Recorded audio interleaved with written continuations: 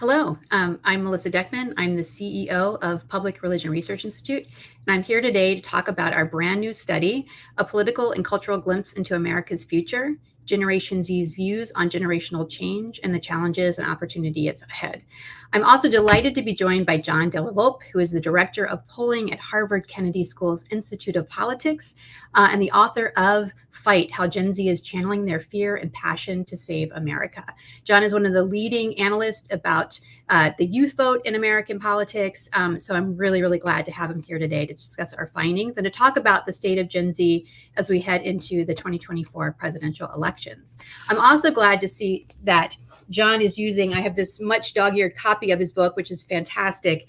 He uses one of the two approved cover art designs that you're only allowed to use when you talk about Gen Z, either young people marching in the streets or young people sitting around looking at their phones and ignoring each other. So we went also in our report with the young people marching. So glad to be in good company there. Before we dive into some of the findings, I wanted to provide you a brief overview of the methodology we used in our study and also to talk about some of the biggest takeaways from our end from the research. So let's go ahead and get started. So our survey was conducted between late August and mid-September of this past year with a margin of error of about 1.5 percentage points. What makes this survey, I think, unique is that we have an oversample of Gen Z adults as well as Gen Z teenagers aged 13 to 17. In addition to that, our report also uses data from 10 focus groups that we conducted of Gen Z adults aged 18 to 25 that represent a wide cross-section of Americans in terms of party diversity, racial ethnic diversity, LGBTQ status. And so I'd encourage you, we're not going to talk much about the focus groups today, but they're really featured throughout the report. But I think they add a lot of insight into the numbers that we find that we report on that and that we'll discuss today. So one of the things about Gen Z, I think that's key to understanding this generation is really the extent to which they are racially and ethnically diverse. So Gen Z, of course, is the first generation in which roughly 1 in 2 Gen Zers are non-white. And that has, I think, a profound impact on their political views. And we see that even with teenagers, they're less likely to be white. And so again, as we're looking into the future, we're going to be seeing more diversity in terms of race. We also find that in terms of religion, Gen Z is less likely to be white Christians than older Americans and are more religiously diverse as well. And so I think, again, that is something important to keep in mind. And like millennials, they're also very much likely to be religiously unaffiliated. And so that's a trend that we're seeing consistent in our newer data here. And so looking at Gen Z teens and adults, one of the interesting things in our report is that teens are more likely to identify with a religious affiliation and slightly less likely now to identify as religiously unaffiliated. But we'll talk about the difference between teens and adults in the survey throughout our time today. But I think part of that is probably that Gen Z teens are still living at home and probably reflective of their parents' religious behaviors. We also find with respect to party affiliation that Gen Z adults are more likely to, or just as likely to trend Democrat as some older generations, but they're less likely to identify as Republican, except for millennials, who also are very similar in terms of their partisan ID. But generally speaking, Gen Z adults are rejecting parties. They're very likely to identify as independent, but we also see there a sizable portion are saying that they don't know exactly what their partisan ID is yet. However, despite this mistrust of parties and institutions, more generally, we find that Gen Z adults trend more liberal than conservative, and in fact are the most liberal generation in American politics and in the electorate. One of the things we wanted to unpack in this report was to look at how Gen Z is viewing the political future. And we see clearly among Gen Z impatience at the current political status quo. And so the vast majority or strong majority of Gen Z Americans think that we really won't be able to solve the problems that we face, the big problems that we face, until we have younger people in power and younger people in elected office. And as I mentioned before, one of the things that we wanted to dig into in this survey report was to look at Gen Z's attitudes with respect to political institutions and other cultural institutions. And Gen Z adults essentially express the least amount of trust in numerous institutions, from the federal government to our criminal justice system to the police, and to the news media, and also religious organizations. Although millennials are, I think, very close with respect to those attitudes as well. That's something that John actually talks a lot about in his own book, looking at how millennials sort of set the stage for Generation Z in a lot of ways. Lastly, despite this mistrust of institutions, Gen Z is still pretty actively involved in politics, maybe except for voting. But in terms of other forms of political engagement, we see relatively high levels compared to older generations. So there's no sense that Gen Z is not engaging in politics, even though they mistrust those institutions. So we're going to turn now to our Q&A with John Della Volpe.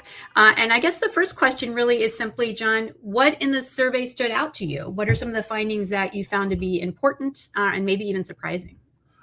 Thanks so much, Melissa, for this opportunity to have this conversation. I mean, so much. It's an excellent survey. I look forward to reading all of your work. But I think two or three things I think kind of really stand out in no particular order, but one of which is, the note that you made about how especially Gen Z teens are increasingly less likely to identify with a party, even though they are more likely to be liberal or progressive, right? So that's something I particularly want to watch as this campaign evolves. We know that a lot of older Gen Zers, Gen Z adults, and millennials further develop their political values during this campaign season, to the extent that it's actually based upon real issues and debates between the Democrats and Republicans. That's worth looking at to see how this might inform their voting moving forward. That's one. The second thing, which I'm incredibly concerned about, and hopefully this forum provides us an opportunity to kind of bridge some of these divides, is the extent to which younger people don't feel like they're being listened to or respected by older members of their community and society generally, especially women, especially self-identified Democrats and progressives. That's something that concerns me, and I think that's really kind of the value of a research project like this and what we do at the IOP. And just a couple of other kind of general things. I think one of the things I see in this report that gives me optimism is the fact that trust across a variety of institutions continues to erode, but that doesn't mean that Gen Z is not finding ways to engage civically and politically, to try to be the agents to improve trust, to rebuild these civic and political institutions. That fills me with hope. And then I think the last thing it's always important to mention, from my perspective, is the struggles, with negative emotions and mental health, which I think are far more complex than just time on screen. It's really about the news and the experiences that they're having on that screen, right? That I think is driving some of these potential negative emotions and mental health. So I could go on for an hour. It's an excellent report, but those are three or four of the things that really stand out to me. Yeah, let's talk a little bit about some of the issues that you raised there. We did include a battery of mental health indicators because other research is showing clearly that Generation Z is experiencing a lot of these mental health issues. And that clearly came through in the data. And if you unpack some of the findings there, one of the things looking at teenagers and Gen Z adults, it seems that the adults are the most cynical, the most likely to, I think, be experiencing mental health concerns.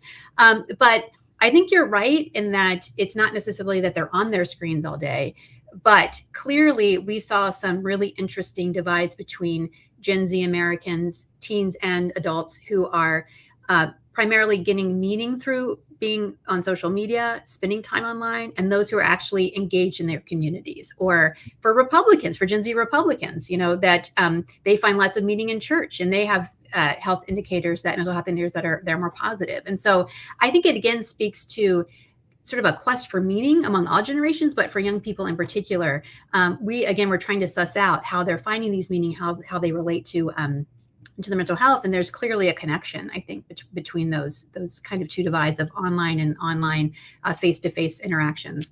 So I'm just kind of curious from your perspective, though, in terms of mental health issues. I'm sure you all have been at the Kennedy School polling on this. What are you finding with respect to the role of mental health in the politics of Gen Z? I never really considered mental health as an issue to even probe or ask about in that IOP survey. And we've been doing this now for over 20 years until 2017, until essentially the eldest members of this generation came of age. And I asked them, what don't people like me, or what don't I understand about your generation? And I kind of was confronted with it, the day-to-day fear that so many members of this generation have, whether they would explain to me the concerns that they have about walking into a large classroom, an auditorium, concerns about gun violence and school shooters. So that's something that carries with them every single day as one example, or their concern about what they see as a kind of the erosion of rights by those folks that are more vulnerable than themselves, members of the LGBTQ community. We hear a lot about those sorts of things, or now younger women across the country concerned about reproductive health. So there's a variety of issues that I think kind of in this public sphere, Melissa, that that young people kind of are grappling with in terms of kind of what does it really mean for them and for the folks that they care about. But I think it actually is kind of connected to a much larger narrative that younger people and Gen Z adults and Gen Z teens arguably have lived, I think, through kind of extended period of trauma within the kind of the public life, unlike anything we've seen perhaps in 7 decades or so. And all of this trauma and chaos is happening before the human brain has an opportunity to fully mature. So it's just really difficult. They don't have the muscle memory to necessarily put all of these issues into context. And for that reason, I think it provides a lot of anxiety and can potentially lead people to some pretty negative and dark places. No, I think you're right. I know there's other political science research that shows that really it's those formative teen years and young adult years, we call those the impressionable years, that the impacts that all of us go through. I mean, the pandemic affected every generation, right? But I think, though, it'll be interesting to see how the pandemic has essentially affected this generation moving forward, because it's certainly coloring their attitudes about the role in government and helping and providing them with means to kind of more successfully navigate the future. One of the things, too, you mentioned the existential crises of the gun control and gun violence in classrooms. Climate is something we hear a lot that Gen Z cares about in addition. But I think one of the things that struck me in the focus groups is that economic anxiety, it was the one unifying theme across all the focus groups, regardless of party, regardless of race or ethnicity. And I think part of it is a generational kind of interpretation, because we heard time and again among Gen Z that, well, it was a lot easier for my parents or my grandparents to pay for rent, to find a job that paid for basic needs. And so it's not even merely an inflation, but it's kind of the idea of the American dream writ large. So maybe talk a little bit about economic attitudes and how they're shaping Gen Z's concerns as we head into the election, for example. I think you're absolutely right. I think they are redefining the American dream in kind of in their own eyes with their own set of values. It doesn't make it better or worse. I think it's just different than previous generations. And the term that I hear a lot, whether it's in our qualitative research or in the survey work, is this idea of like success means being financially independent. It doesn't mean independently wealthy. It means being able to afford a life outside of your parents. It's incredibly challenging, especially in so many mid and larger American cities for, apartments, rent, housing, et cetera. So like just the idea of this financial independence means so much, one. And then the idea of flexibility, I think, right? And finding work that is meaningful. Like those are the 2 or 3 aspects, I think, of and being part of a community where you feel connected and loved. Those are, to me, the 2 or 3 or 4 of the most important elements to this potentially this new American dream. And I think I talk about this. I've got some predictions at the end of this book that I think the future is going to be success for this generation is going to be based upon like the bonds that they make, in their community. It's going to be much more important than like the things that they can buy. and the toys that they have. And I think that's probably kind of a good thing for society. But you can also see that economic anxiety, I think, in some of your other data about the incredibly significant number, I think it's close to majority of Gen Z adults in their 20s and younger millennials who are questioning the value of a college education. And I think there's a lot to unpack there, in terms of the cultural aspects of this, of course, but also, the economics of this. So again, I think that's going to be a really important kind of conversation and discussion that we need to have in terms of the role of higher education in society moving forward. Yeah, I was really struck by really a majority of Gen Z adults saying that they thought college was not necessarily worth any longer. This is a larger narrative I think we're having in our politics. I think one that's often being driven by one part of the spectrum than another in terms of questioning the value of college and whether college is creating a society of woke, Gen Zers who are bringing on a socialist, I don't know, future, what have you. But it is disconcerting, essentially that, and we know the social science data shows you a college degree. Well, not everyone should go to college, but it will essentially mean a lifetime of higher earnings and other things. And so that part was really disconcerting. I was actually struck in the findings. We asked about student loan forgiveness, and there are different ways to think about student loan forgiveness, but many Republicans, for example, are very critical of the Biden administration's policies to have some student loan forgiveness based upon your income level. But we found very strong majorities of Gen Z Americans, even Republicans, think that there should be more help and aid for young people in paying off their student loans, because this has really become an economic arbitrage around the necks, right, of our albatross around the necks of Gen Z. So that's something I think that was really, really notable. The other thing I found interesting in the report is that we found widespread support for more funding of programs that will help Gen Z be more effective adults financially and as part of their civic lives in the future. So strong majorities of Americans across generation think we should do more to make access to trade and technical school available. We should have more funding for civics education. We should also, for example, have funding for gap years that would provide young Americans, pay them to go and do community service. So I think there are lots of kind of elements there that I don't see necessarily either party tapping into, but really have widespread support. And so do you get a sense when you're talking to Gen Z, what are they looking at in terms of policies that will help them become, I think, more successful in their lives, not just financially, but as in their roles as citizens? Well, I think that comment to me connects a lot of the major points of this report and a lot of the cynicism that we're seeing, perhaps, right? One of the headlines is that they don't feel like they're being listened to. And you just kind of walk through a half a dozen, public policy initiatives that would have a significant amount of support. They might actually even campaign, for those sorts of programs. But there needs to be, I think, an improved level of connection and communication between kind of government and younger people who want to more fully engage. I think one of the sets of values that we've noticed between younger millennials and Gen Z is the interest in this robust government to solve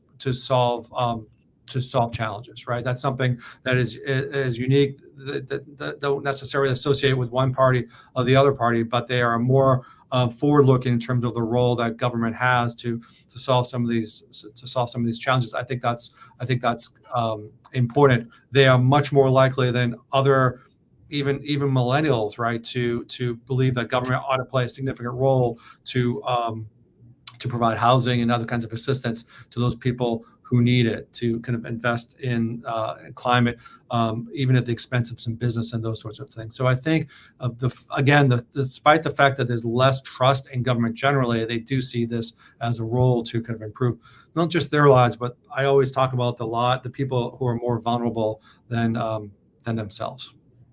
Great. I'm going to switch gears a little bit and talk about the role of gender in examining Gen Z's political priorities and views. I have a book coming out this summer that really takes a deeper dive into the role of gender and LGBTQ status on the political priorities and engagement of Generation Z.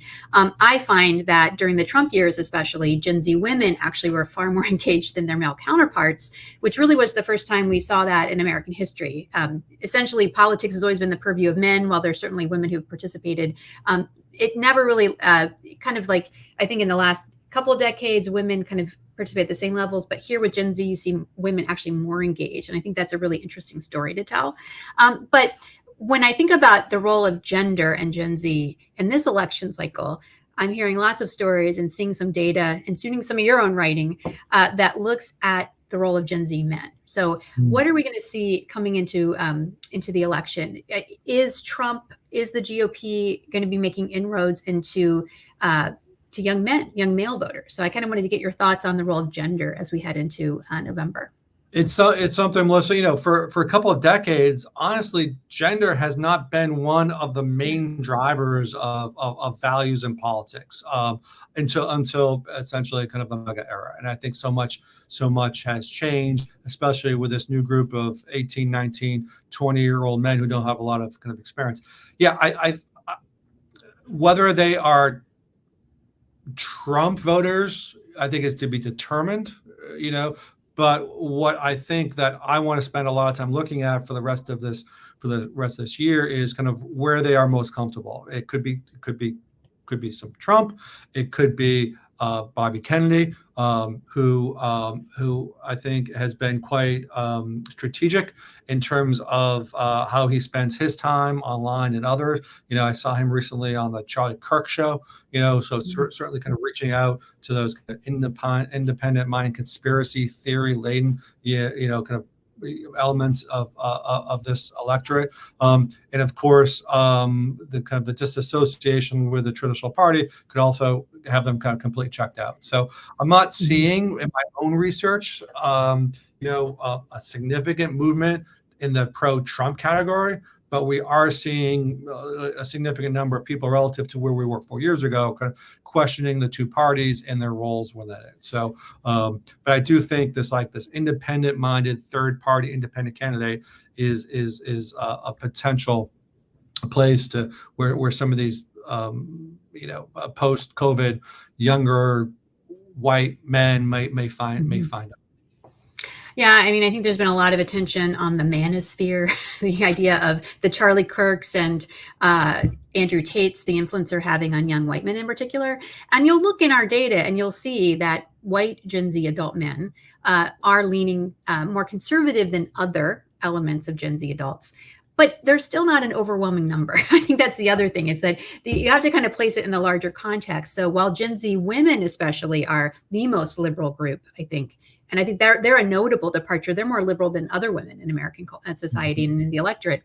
I think Gen Z men, especially Gen Z white men, they're not quite becoming overwhelmingly conservative, but it is something to keep our eyes on. And I think when elections happen at the margins, clearly, I think it's something Democrats should be focused on, that they can't always assume that they're going to get the votes because, these new voters, this is all new for them, and they're kind of sorting out and figuring out where they want to actually decide to cast their ballots. Yeah, when you really take a couple of steps back, Melissa, whether it's this data or the other data that we all look at, when you just look at the values in the priorities and the issues, they overwhelmingly align with the current version of the Democratic Party, right? Which means that every day, for every 10 younger people who are turning 18, majority, maybe 6, maybe 7 in some places, have values that align with one party compared to the other. So the question is, you can't take that for granted, but you also have to use that as an opportunity. If you're Democrats, to convince them to kind of remain within the party. If you're Republicans, to listen to what that means and to find ways to reach out to them or potentially change your party, your values, your perspective, your platform, knowing that this is an unsustainable model for the MAGA Republican Party, I think, based upon what we're seeing now for really 2 generations, millennials as well as Gen Z adults and teens, I think. And I think as long as the current incarnation of the GOP is one that is MAGA, is one that really is culturally so far to the right of Generation Z, I suspect it's going to be very difficult for them to get the youth vote. But as you've shown, I think if I were the Democrats, I'd be concerned that the enthusiasm for voting is down compared to previous iterations of elections where Gen Z has participated. In Generation Z, as voters, have really have essentially exceeded all expectations in terms of turnout, and it's been critical to the Democratic Party's being successful. So we here at PRRI, we look a lot at Americans' attitudes about abortion, for example. So do you get a sense of how reproductive rights or just kind of general rights of LGBT Americans, how is that factoring into Generation Z's political choices and political views? I think a significant amount. I think that it's not just an issue that younger women are concerned about. It's just not a political issue. It's a cultural issue. The younger women and younger men are concerned about. We had, I think, close to majority of younger people say it would be a significant factor in choosing where to take a job and where to live based upon those rights in any individual state. But I think, Melissa, for me, the reason that was so resonant in 2022 in those midterms and likely to be in 24 is that it's connected to kind of a larger set of concerns about basic fundamental human rights, rights to clean air, clean water, rights to access to healthcare, to be safe in a school environment, right? And reproductive rights, among others. So for me, I think that's why it's so important that this is arguably the first generation that they feel like they're losing rather than expanding rights. And to the degree to which kind of plays out, I think, and the relevance of those issues, I think will mean a lot in terms of the enthusiasm for participating, 8-9 months from now. So the last question I want to ask you, John, we here at PRI, we study religion, obviously. That's in our name here. So what was your take on sort of the religious data in terms of Gen Z, either adults or teens, and how that might factor into their political choices in the future? I think that, religion, spirituality more generally is an underappreciated part of who Gen Z is that doesn't always get kind of reflected in the public discourse. And I think that, like we talked about this earlier, kind of the religious center in understanding the role that religion has in politics is really important. And I think that, especially on the left, Democrats should be more comfortable talking about their faith and ways to connect one. The other thing is that disconnect, right, between Gen Z adults and Gen Z teens, where Gen Z teens certainly seem more active in the practice of their religion. Now, of course, that's likely correlated with them being, at home, part of their, within that family. But it doesn't mean that they won't look for ways to kind of extend that participation and faith as they grow and enter their communities. And I just think that's a tremendous opportunity to recognize the importance of this and to connect that to their political values moving on. That's to me, I always think about, it's just not about messages and transactions and policies. It's about understanding it's a stressed out generation. They don't feel like people listening to them. And by understanding the role that faith has in their lives or doesn't, I think goes a long way in terms of establishing trust and to rebuild confidence in individuals as well as in institutions. Terrific. Well, I think that's a great place to end on. John, thank you so much for spending this time with us to talk about our survey results. Again, please follow John's work at the Harvard Kennedy School's Institute of Politics. They do really, really great research on the attitudes of young Americans. And if you want to learn more about our own survey, please go to our website, prri.org. You can download the report for yourself, and you can find all sorts of interesting things, hopefully, to digest and to think about. So anyway, thanks again, John, and thank you all for tuning in today.